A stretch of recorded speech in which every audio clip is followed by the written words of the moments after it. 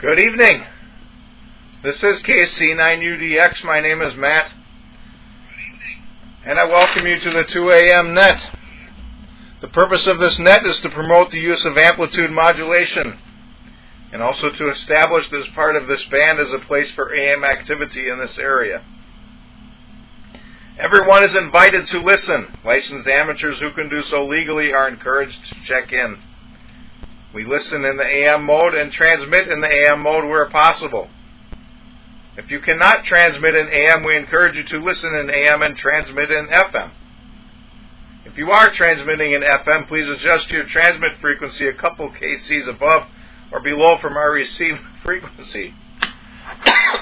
This facilitates the use of slope detection. That is, demodulating your FM signal with our AM receivers. When checking in, please announce your call sign and standard phonetics. Again, this is KC9UDX. My name is Matt. And before I call for check-ins, I'm going to call Carol N9CXK and see if you'd like to check in. KC9UDX, N9CXK. Hi, Matt. You're sounding very good tonight. All right, thank you, Carol, and welcome to the net. Just figured I'd get you in there because I heard you on here earlier, so I figured you'd be there already. And I will now begin accepting check-ins. Any stations wishing to check in, please come now.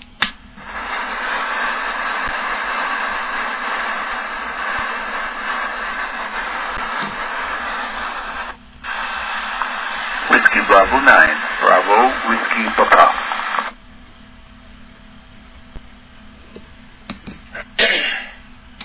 All right, got one more. Recognizing and welcoming Dave, WB9BWP, our most loyal check-in. Welcome to the net.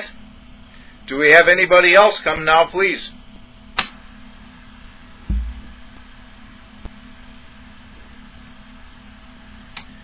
All right, hearing none. I'm sure we'll get more later here. Maybe. And as I look here, the last December, as of December 10th, 2024, our chicken, or our roster, or whatever sheet here looks exactly the same as it does today. We got Carol and Dave. And of course myself. And I don't have too much to start out with. Excuse me. Other than the obvious, you know, we're having a very early and pretty strong winter. And I guess something I was thinking about earlier today, we went right from having mosquitoes to having snow. We didn't get a whole lot of a break in between there, which is unusual. We've got a Christmas tree we picked up on the day after Thanksgiving. We'll see how long it lasts. It's not doing so well. And other than that, excuse me. Other than that, I don't have too much to bring up right now. Everything else here is the same. Working every day and working when I'm not working. But first we'll go to Carol and 9CXK from KC9UDX. KC9UDX and WB9BWP and 9CXK. Okay, I imagine some people will be along in a while, although maybe Steve didn't want to drive out to the transmitter site tonight. I wouldn't blame him for that. Probably skiing. And let's see. My daughter and I just got back just a half hour or so ago from Lake Geneva.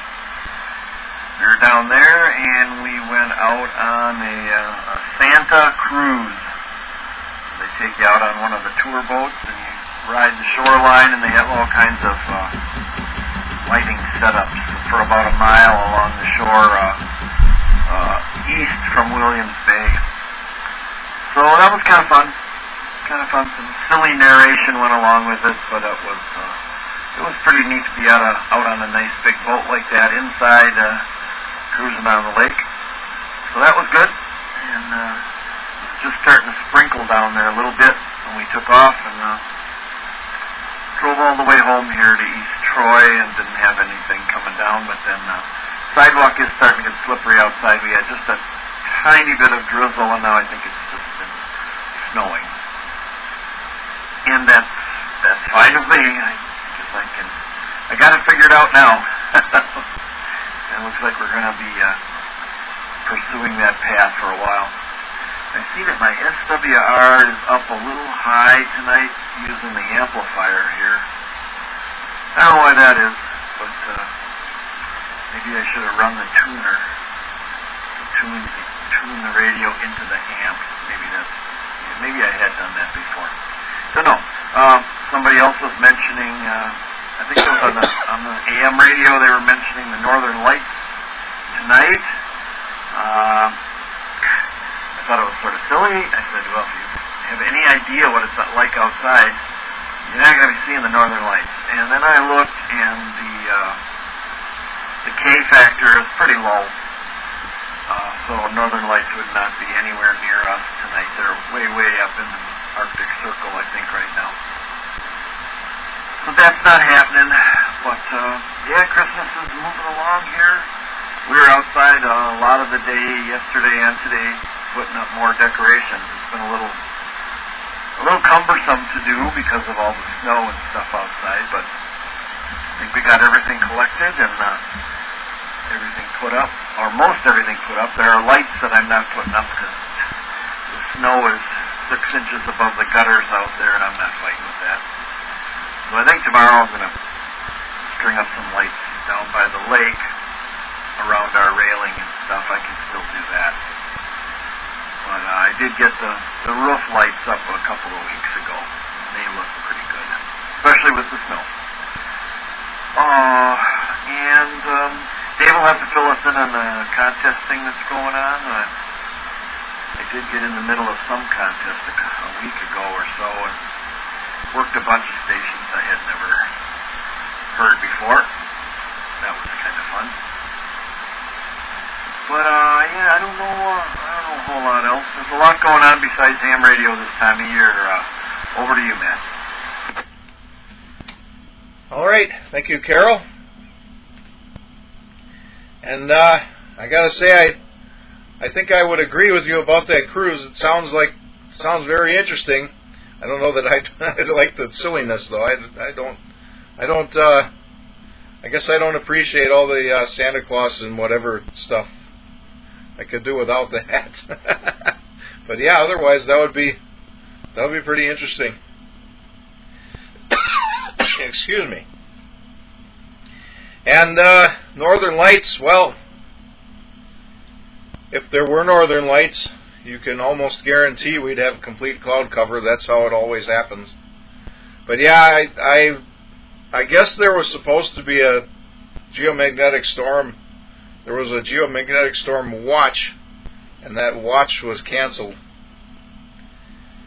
I did see that earlier.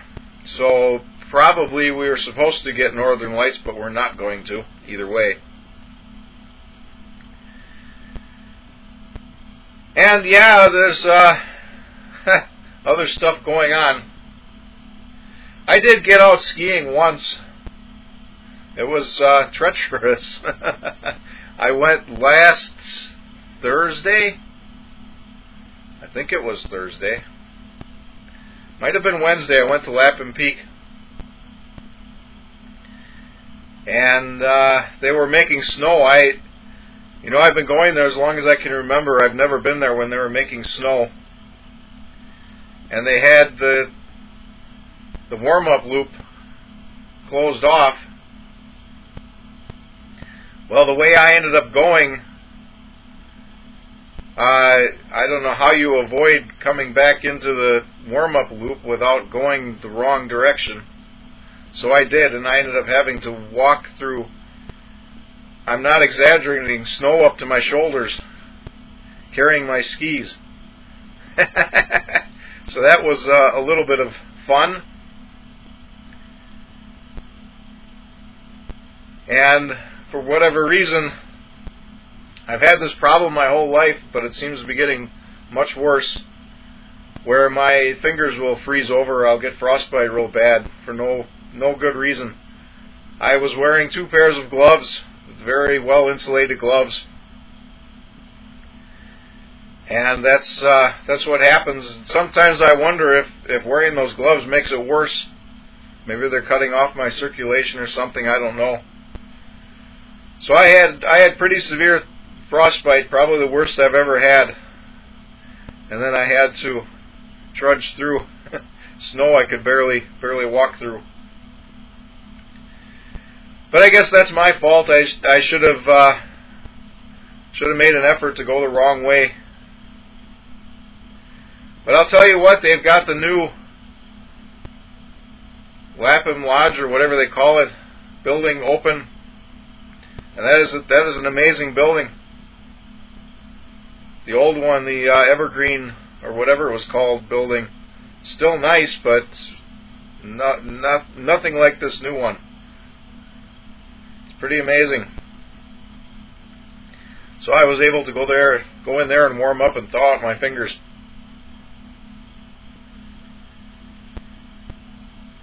But I wasn't there very long, maybe an hour. And the trails where I went were not groomed at all. Excuse me. They were packed down at some point.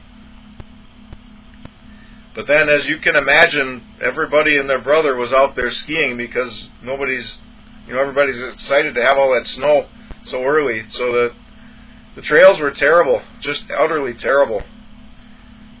And it was almost as bad as ice, just lumpy, bumpy, and slippery.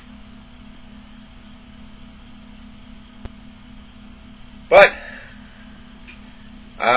I have no regrets. I would do it again. And I do kind of regret not going today after work. I probably could have. But I got too many other things here going on. I don't want to fill up my schedule too much and run out of time. So maybe I'll go Friday. I pretty much can't tomorrow or Thursday. But with that, we'll go next to Dave, WB9BWP from KC9UDX. Okay. Good evening, guys. Yeah, hopefully some other people will wander through here. I always announce this on the MSOE net on Monday nights, but for some reason the students always have excuses like I got studying to do. That's okay, they don't check into the rookie net either, even though they're on there. There are a number of new hands down there. Yeah, let's see. Only one major contest left for this year, because there's only, 4 weeks left to this year. 10-meter contest is this weekend. Since there's always a couple of years at the bottom of the cycle that there's nothing to do up here on the 10-meter contest. Gotta try to take advantage of that while we can. Keep the band's in good shape. But anyway, that's this weekend.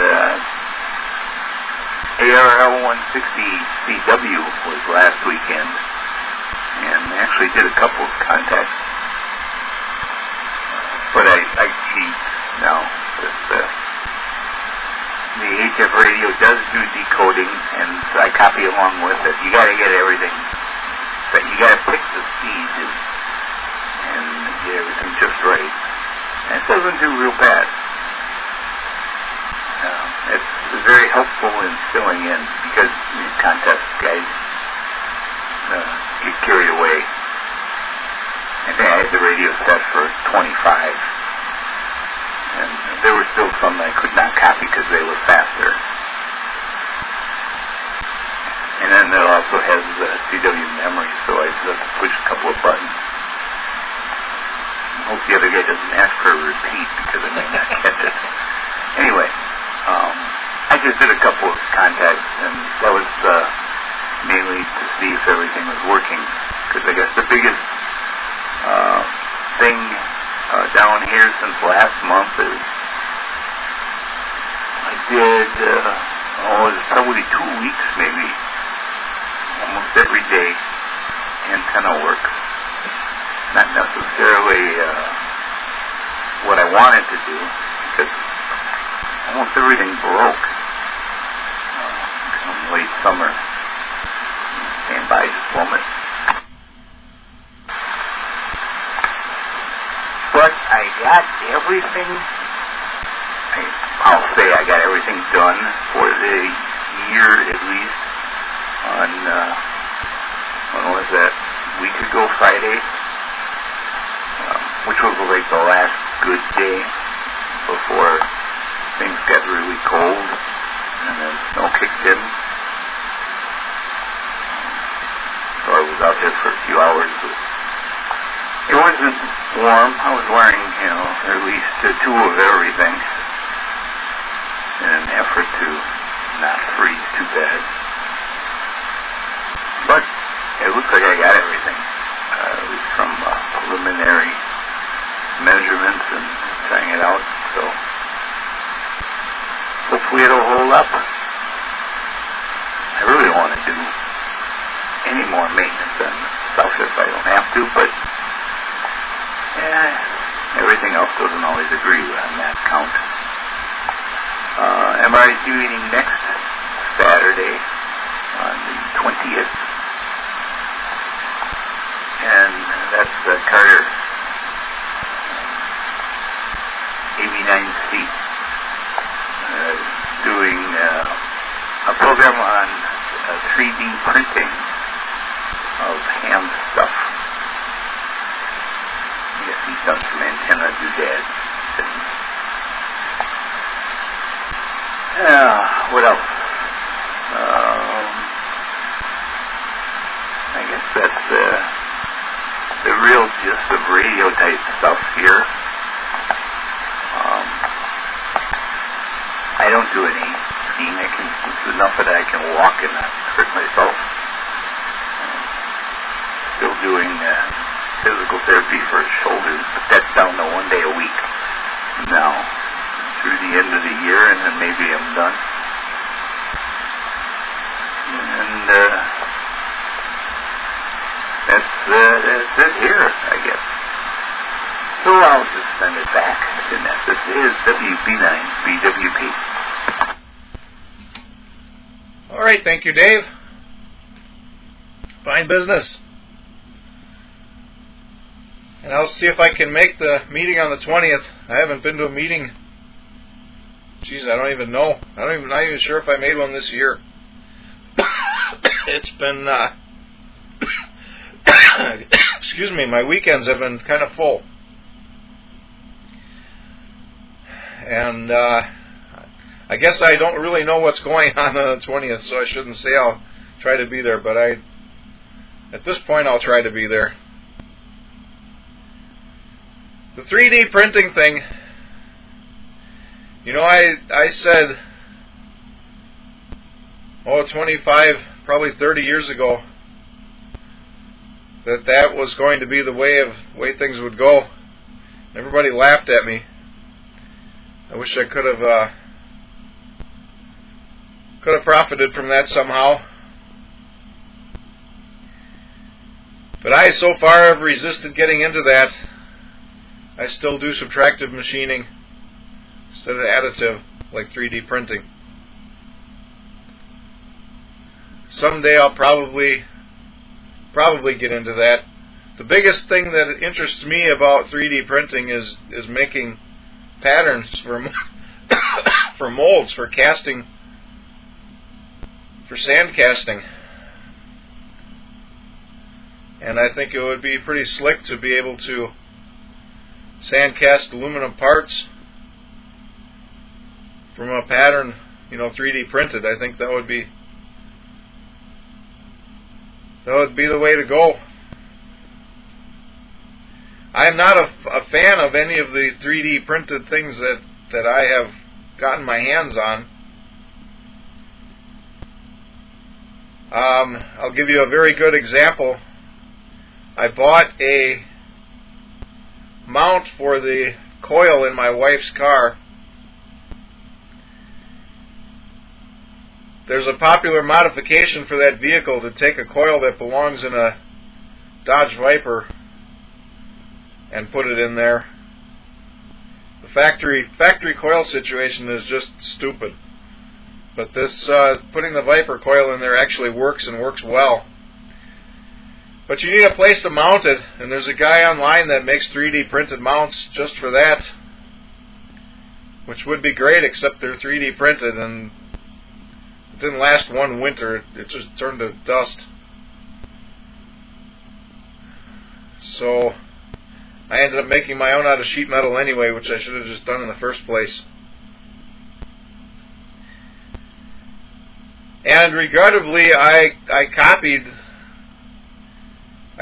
their shape, and I could have done better if I hadn't done that.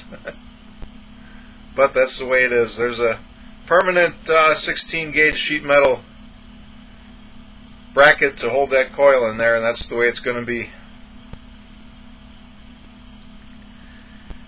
I'm not set for winter at all. I mean, it's not the end of the world. But it would have been nice to get my HF antenna back up, at the minimum. Of course, I've got a bunch of other things that need to get done around here before winter, and very few of them are done. I did get both of the snowblowers working, and I figured I wouldn't have to use them because I went through all that trouble. But the The single stage one, despite the fact that I got it running very well when I worked on it, when it came time to use it, it refused to start. I am assuming that the carburetor is plugged up again. It's probably got bad gas. That gasoline's probably been in there 10 years or more, and that's no good. In fact, I had to weigh and reach the mixture to get it to run good, which to me indicates that the gasoline is just not that good anymore. So I probably should have emptied that out and put new stuff in it. But it's not the end of the world. More important that the other one works when we need it. And that two-stage one is working very, very well. I pulled the largest mouse nest I've ever seen out of it. I guess I'll start out by saying that the gearbox on it was totally seized up. Not to the point where it didn't work, but it was stuck in second gear. And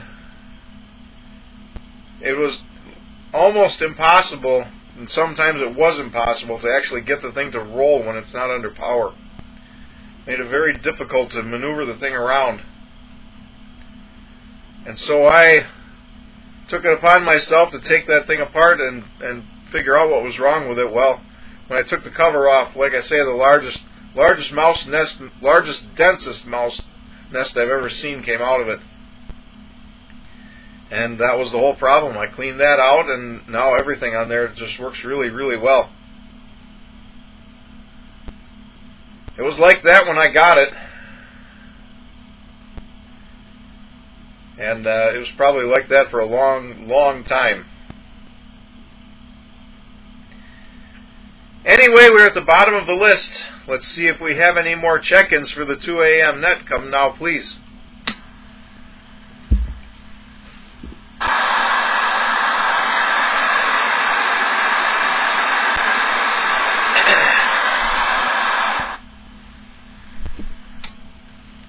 Well, hearing none. Perhaps you're right. Steve did not want to drive out to the tower site, and I would not blame him at all for that. And possibly everybody else is out shoveling. I don't really know what it's like outside. I've been very busy inside, and my wife did give me a report that it was sleeting when she came home about 6:45, and that's all I know. Other than that, I heard the salt trucks go by a couple times. But we're back at the top of a very small list here. Go back to you, Carol, N9CXK from KC9UDX.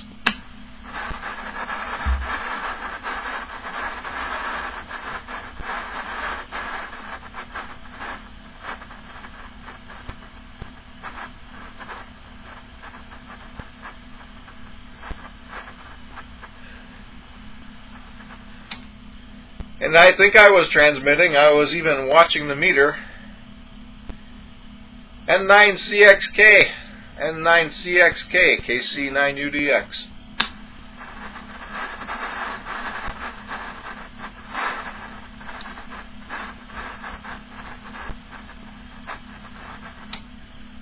Well, perhaps I put Carol to sleep. So we'll go back to you, Dave, WB9BWP from KC9UDX. Okay. Wow. Right away. I'm back. Yeah. So I didn't hear anything over here either, so don't have to worry about missing anything. And as I glance over at the radio, I see that the lights at one end of the dial area are flickering. I'll have to play with that later and see. I don't recall seeing that before. This is a TS2000 I'm talking on that is about 20 years old right now. When was it? 2 years ago? 3 years ago? I took it up to Yankee in Green Bay. They had I think they may still have I'll say it was a deal. It was kind of a package thing for TS2000s. They replaced the dial lights with LEDs. They replaced a battery that's on the internal TNC and realign the receiver and tweak everything up. And there's the flickering and stuff. All for like $300. So I took it up there, or I should say my wife and I, we spent a couple days up in Green Bay the first time. The second time, when it was ready, a couple weeks later, we just drove up, picked it up, and came back. But anyway, so I'll have to keep an eye on that and see what that does. I actually haven't been inside of it since that work was done, so I don't know exactly what their LED conversion looks like. Talking about 3D printing stuff, I haven't really done anything with any 3D printed parts. I remember seeing, this was, I don't know, early in the year, maybe last year even, somebody was offering custom or semi-custom saxophone mouthpiece 3D printed. And all I could think of is, I wonder how well that really works. Anyway, and talking about the mice thing, we got a Kohler generator that takes care of most of the house, and we have annual maintenance done. That's just a timer on the radio. We have annual maintenance done October time frame, and when that guy opened it up, this is the first time ever. We've had that thing for like 10 years. There was major mouse parts left behind.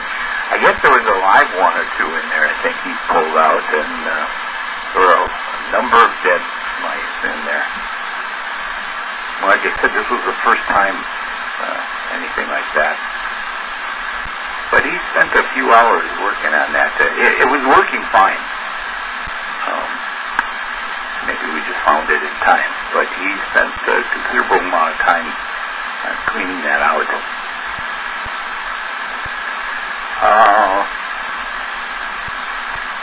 Let's see, there was something. I was just checking today. We've, a couple of months ago, Roger, and I can never remember his call sign, Roger's vice president of the club, he was out here, and we were playing around with setting up the proper type, and I forget the exact term that they use, of YouTube account where multiple people can access it, so that I can start putting some of the slideshow videos for the club up. And I wasn't sure if we got it done or not. So I was checking, and no, I don't think we did. But on the very limited section that the club does have up there on YouTube right now, which is all under Dave Shank's ownership. The anniversary video is up there, the 100th anniversary video. I see it's been viewed 747 times. There's only been one comment. That guy liked it. And when only 14 actual lights. So I'll be advertising that here. I'll start tonight. If either of you two guys have ever looked at it up there, just go up there and click the thumb. Just because we're not doing it to make any money off of or anything, but just as a place to... Oh, and there it did it again, the timer. I'm talking a lot, I guess, this round. That's what happens when there's only a couple of guys here. But anyway, yeah, we just use it, or we will be using, to take care of the videos. All the documents have gone up on the Internet Archive because we've, a year ago or so, passed the point of being able to use a DVD to distribute all the club history stuff. Plus, there were people that started, and I offer the DVD, and they say, well, I don't have anything that can read that. So, luckily the Internet Archive stuff came along at the right time. But there's like about 15 hours of videos, slideshow videos that do need some work, and got to get those up where I can put those on the archive too, but YouTube, I guess, is a popular place, at least, where people go and look at video things, and so that's where they should go, and I've talked a bunch here, so I'll send it back to what we have over net. This is WB9BWP. All right, thank you, Dave. First, I'll say you mentioned the LED conversion on that radio, and I think it's funny just because I did an LED conversion on this radio. My Gonset Communicator 4 from the 1960s, or probably late 50s, early 60s, I'm not sure. But I only did that because when I got the radio, the front was all smashed up, and the bulb sockets and everything were all mangled and didn't work anymore. So I put LEDs in it just because I have a bunch of them on the bench. But it looked terrible. They were green LEDs. And eventually I found where I had some bulb sockets, put some number 47, I think, or they're 44s, I don't remember which is which, in there. And the problem is, the meter that I put on the front panel is not the correct meter for this radio because the front was all smashed up, and the meter took the most of the damage. So I ended up finding a Gonset meter for an older radio, which actually they did use on these in the earlier models, but they must have used a different lamp or something, because when I put that lamp socket in there where it's supposed to be, and it's the same style that was in there, the lamp doesn't melt it, but it heats up the backing on the meter, causes it to curl, and it is staying that way to the point right now where if the meter ever goes above 4, the needle gets stuck, and one of these days I have to open that up and try to bend that backing back or glue it down or something.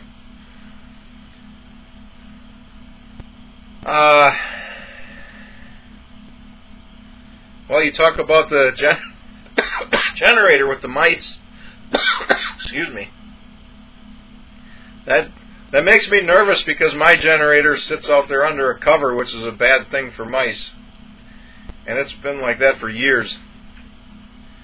I never have to use it, and every year I say I'm going to fire it up and make sure it works, and I never get around to doing it. So there it sits. Oh, and Roger's call sign, I believe, is Alpha Charlie 9 Bravo Tango, I think. Pretty sure.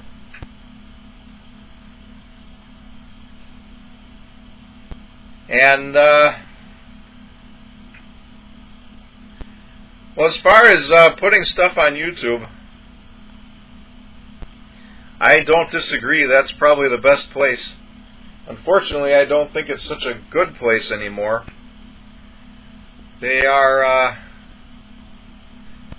doing what they're calling AI compression on a lot of videos. I don't know if they've done it to mine. I don't watch my own videos to know.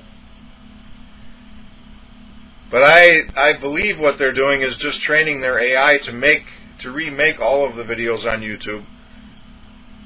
The point being that they don't have, if they can do that, they don't, in my opinion, they don't have to store the video anymore. They can just give a prompt to the AI to generate the video, and there you go. That's what I suspect is going on, and it is affecting the video quality, which I guess is what I would expect to happen if they're converting the videos to AI. But I don't know what the alternative would be. There are other places where you can put videos, but whether anybody's going to find them there, I don't know. Although the way YouTube's algorithm works, like you're saying with that video, you know, it's got 700 views, probably 50 real people ever saw it.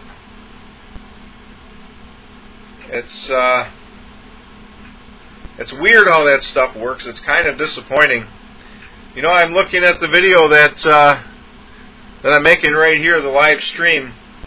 Nobody else has opened up that video, or at least YouTube is not reporting that. My looking at it is the only view it has, which I guess I don't really care, but it doesn't make sense. Other than YouTube is deliberately suppressing it for some reason. Well, I'm pretty sure I know why. They don't like my politics. Or rather, I should say my dislike of politics. Anyway, excuse me. I wonder whatever happened with the Internet Archive. Supposedly they were getting sued and probably going out of business and shutting down. That was a really big deal at one point, and I haven't heard anything since. But I haven't exactly looked for anything on it either, so I don't know what became of that. I've actually downloaded quite a few things from the Internet Archive just so I can have them in case it does disappear.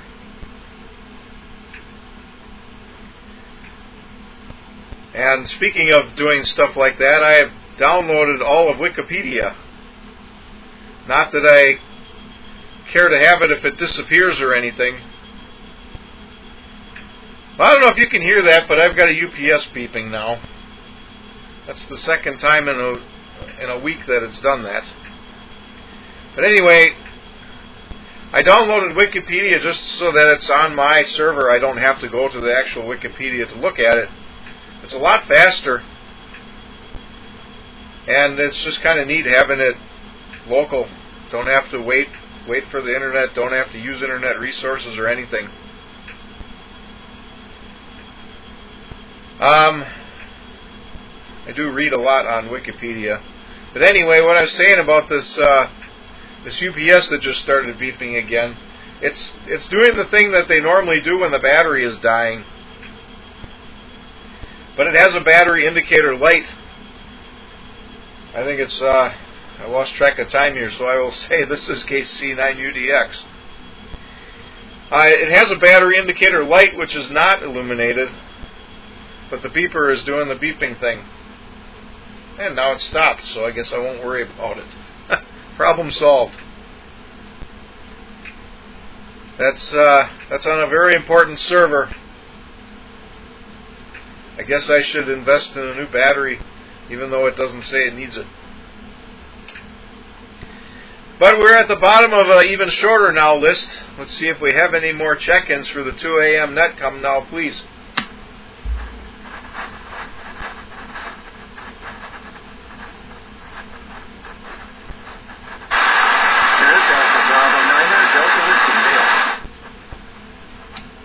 All right.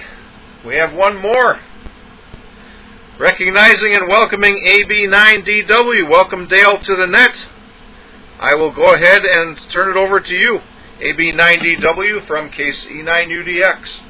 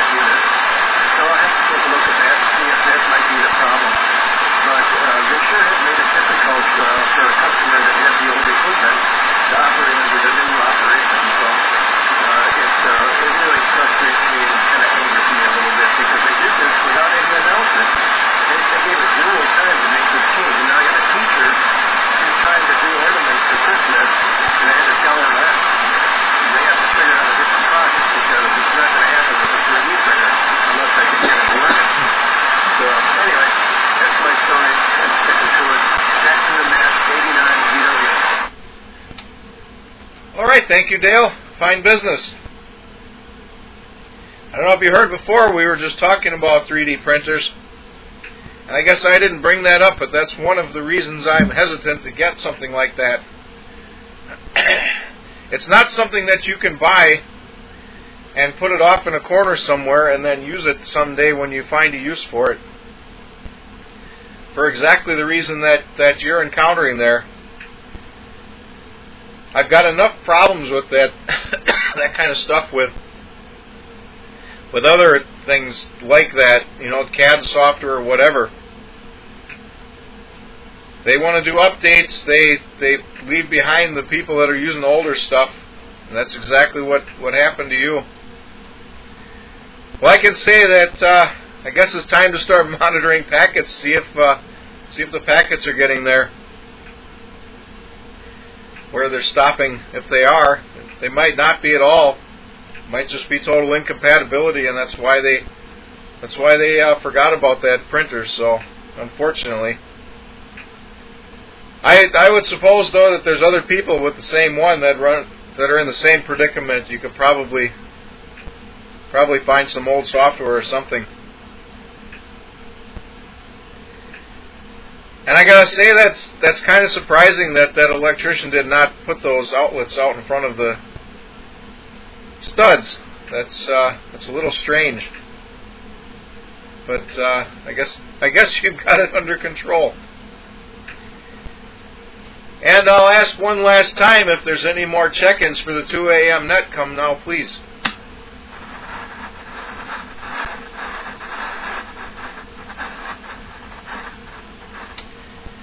All right, hearing none, we'll go back to the top of the list, and we'll make this the 7-3 round.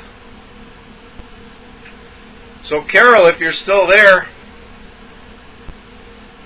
N9CXK, it's your turn on the 7-3 round to take as long as you like from KC9UDX.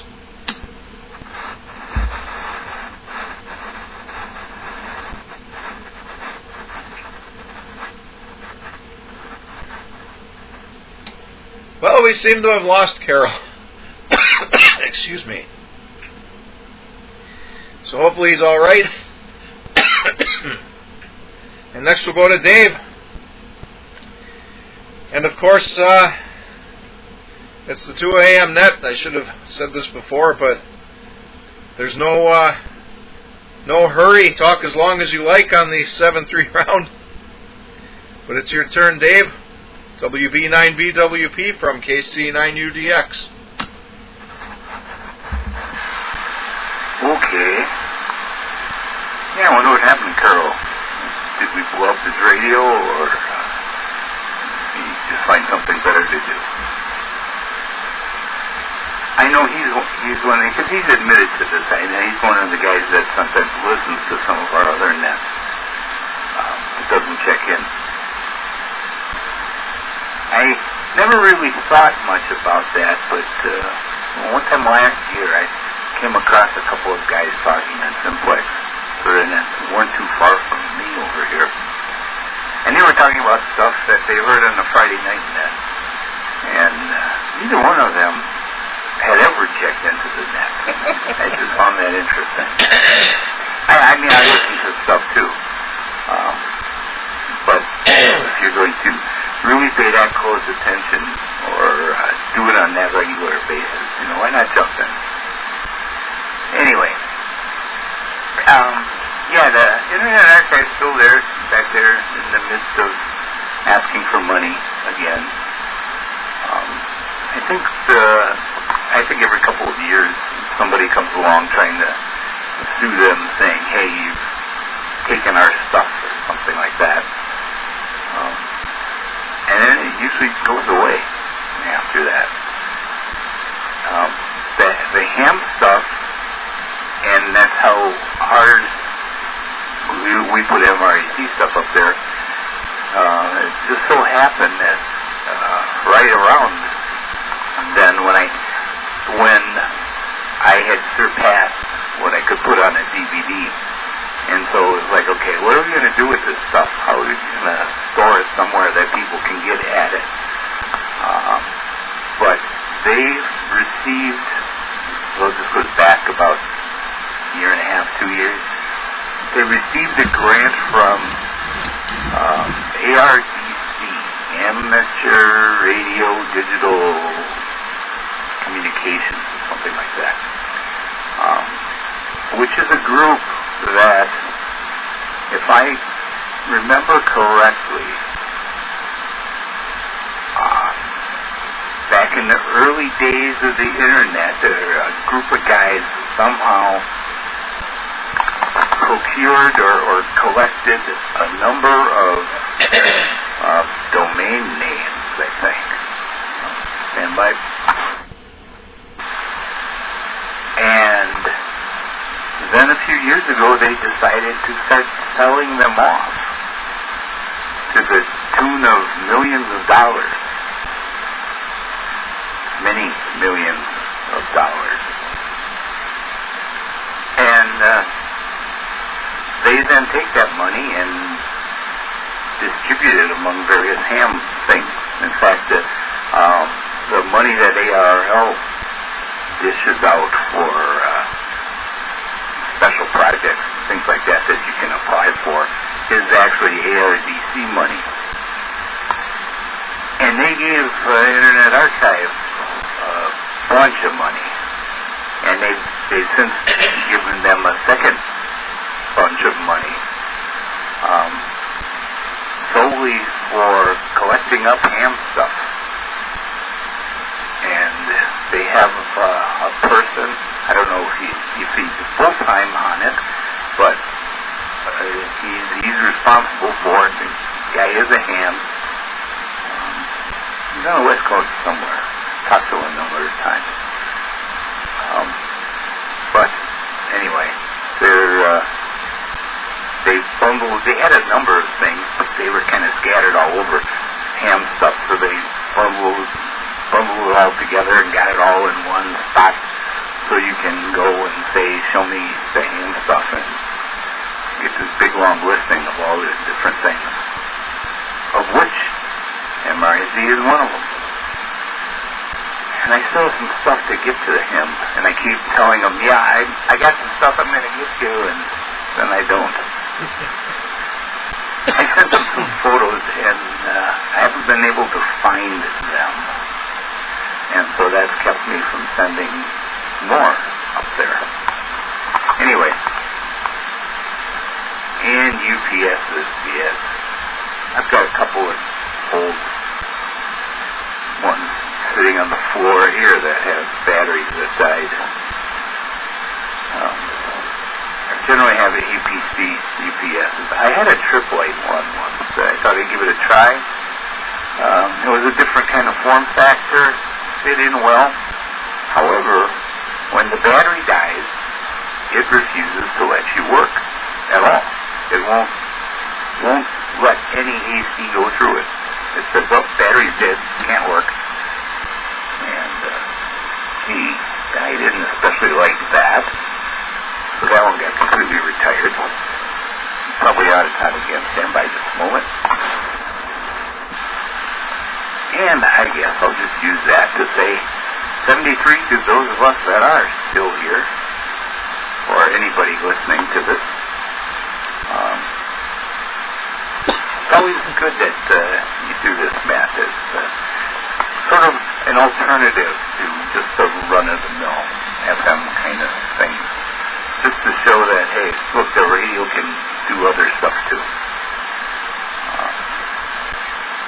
So anyway, remember, 10-meter contest this weekend, club meeting next weekend, and then we're almost done with the year.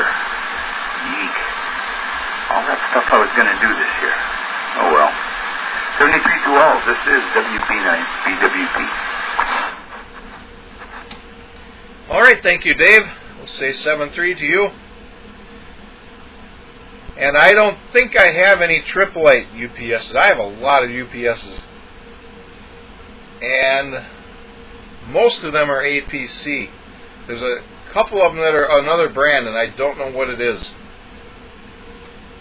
And I'm not sure if those even work anymore. But I have some APC ones that I got at an auction. They don't look like regular APC ones. They're different. So I kind of wonder if somebody else manufactured them in APC, stuck their name on them. But those ones did exactly what you're talking about. Almost exactly. when the battery would die, it would squeal, you know, louder than most of them, to the point where it was intolerable. And if you turn it off, you can't turn it back on again unless it's got a good battery in it.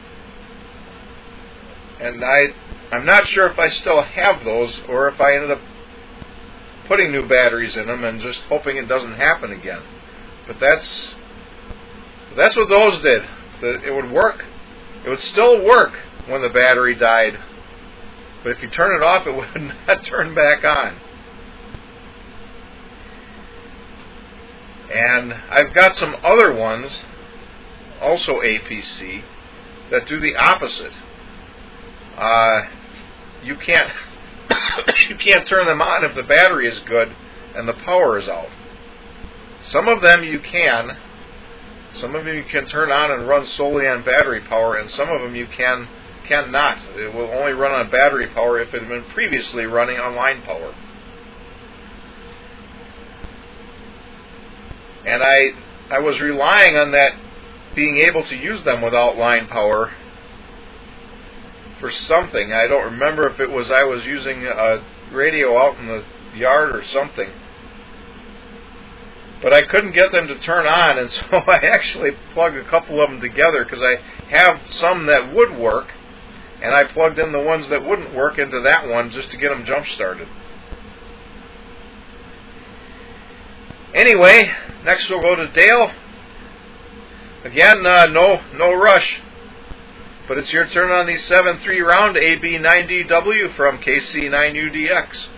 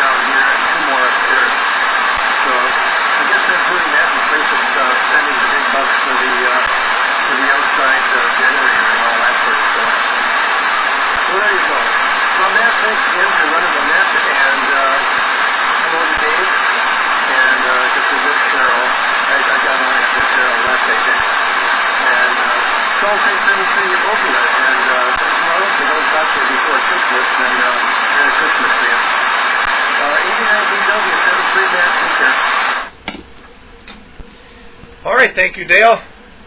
I'll say 7-3 to you. And before I had a generator, I had what you have. I have an inverter, a very large inverter, and a car battery as a backup for everything here. Mostly the furnace and the water pump. And that battery lived when it wasn't being used in emergency. Lived under the desk here, and it was the 12-volt feed for everything here. That's 12 volts, which is quite a bit of stuff. And I long ago, I had a battery charger on it, a trickle charger, just charging all the time. And one day that trickle charger decided not to trickle charge anymore, and it relieved that battery of a lot of steam, acidic steam. It was a sealed lead acid battery, specifically a yellow top Optima, and it vented, and it turned all the copper pipes down here a dark brown color, which is kind of spooky. But so I got rid of that, and I picked up on the cheap. I picked up an Astron power supply, and now that sits down there where that battery used to be. And I always forget it's there, but it's kind of important. If that ever has a problem, a lot of stuff here is going to quit working, and I'm going to suddenly realize that the thing's down there. But anyway, this is our last net for the year. As always, I'd like to thank you guys for checking in. That's what makes it a net. I wouldn't have any reason to keep doing this if you guys didn't always check in. And this concludes the 2 a.m. net. Feel free to rag chew on this frequency after my transmission. We'll meet again on the... I don't have it written down, so I'll have to look at a calendar. I don't know why I don't have it written down. We will meet again on the 13th of January. Until then, this is KC9UDX 73. Merry Christmas and Happy New Year.